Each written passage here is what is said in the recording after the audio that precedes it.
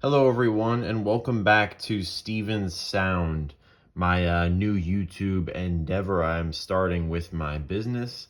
If you missed my first video, go ahead and check it out, and while you're at it, subscribe to my channel. I did a general overview of the X32 rack, and now what I want to do is do a channel by channel breakdown here. You see this menu right here, this small black screen? This shows all of your channels and how you can access them. Like I said in the last video, you push to select the channel that you want, but let's do a channel by channel breakdown here of the X32 rack.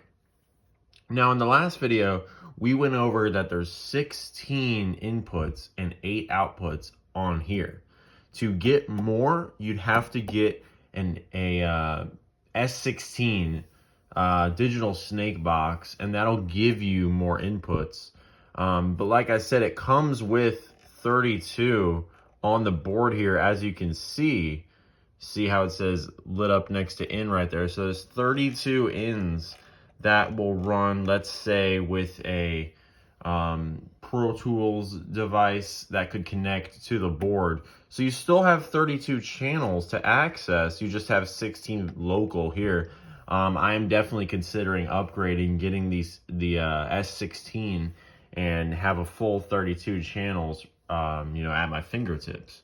But yeah, these are the inputs. As you can see, there is 32 ins and completely configurable.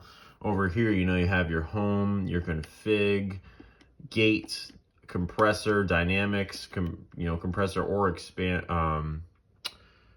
compressor or expander. You have your EQ section, your sends, and your main sends. So that is your 32 ins. Let's go to the next section here. You tab over. This is your aux/FX section, as you can see right here. These are the 6 quarter-inch inputs, as well as those 2 dual RCA inputs. And these are the aux sections. So you have aux 1 through 6 right here. A little less configuration available with these channels, and there's a trim control here as opposed to the gain. But if you tab over here, you have your config, gate. They don't give you a gate option here or a compressor, equalizer, sends, and main. So those are your 6 auxes. Like I said, I go into 5 and 6 on the RCA inputs, particularly for phone music usually. And then if you go over here, oh, it actually comes with 8. My apologies.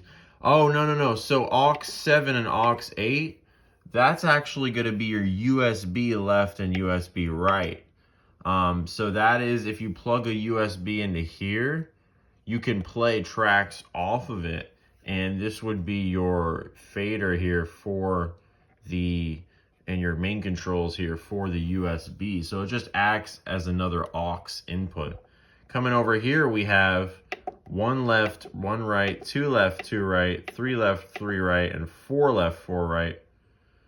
And those are your FX masters.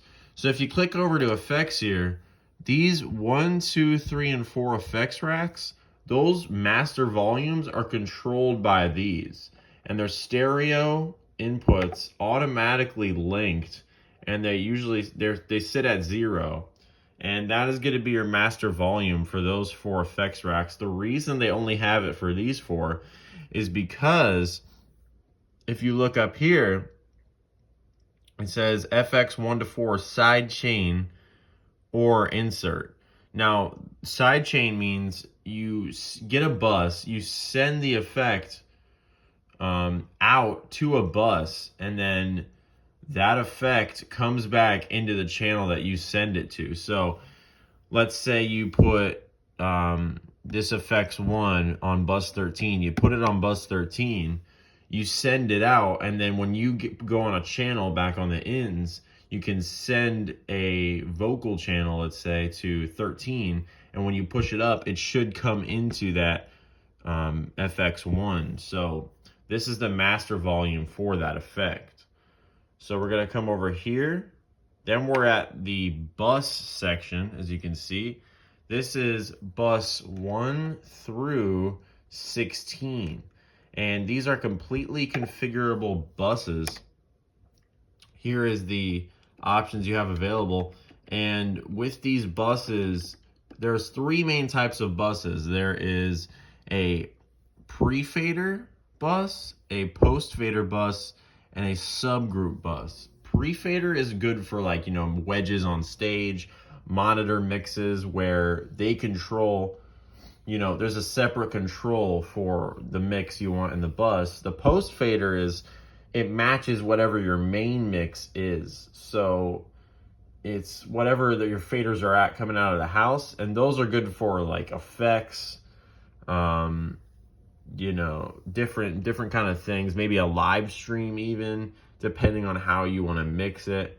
And then the subgroups are for, grouping a bunch of channels, such as a drum subgroup, and you can select which channels you want to go into that group, and then you can process them all together.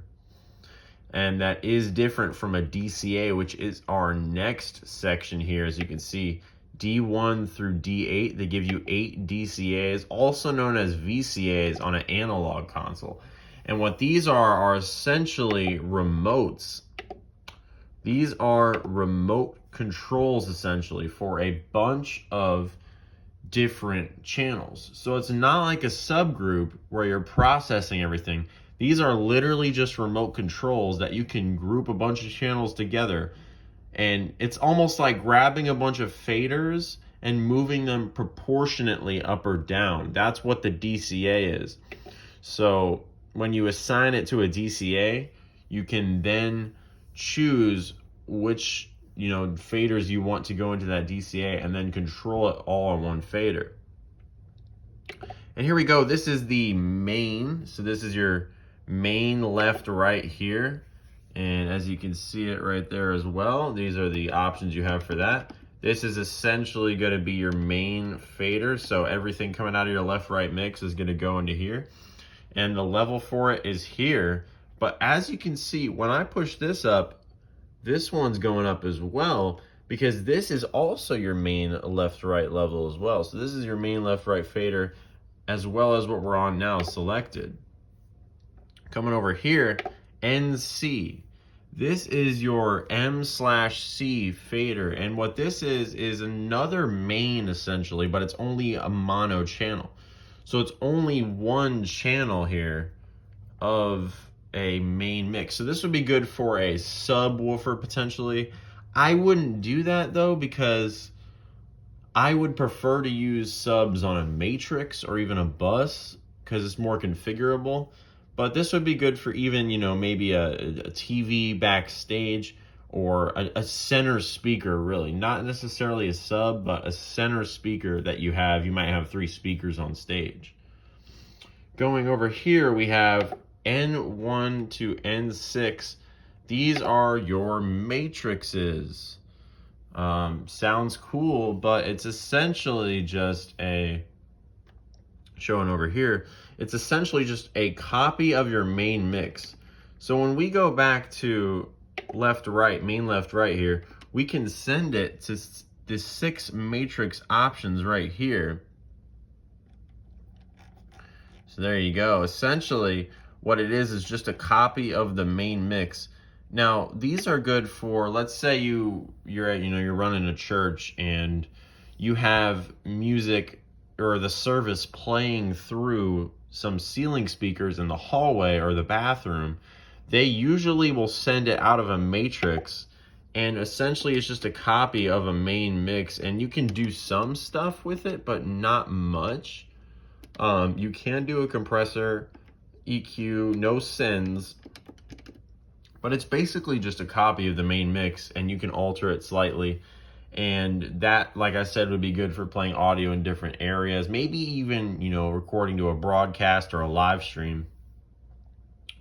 But yeah, those are the matrices, and that is the complete channel by channel breakdown here on the Behringer X32 rack.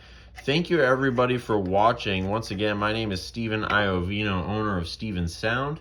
Please go ahead and subscribe to my YouTube channel. I will be uploading more videos like this on the Behringer X32 rack. And please watch my previous video as well on the X32 rack. But thank you everybody for watching, and have a good day.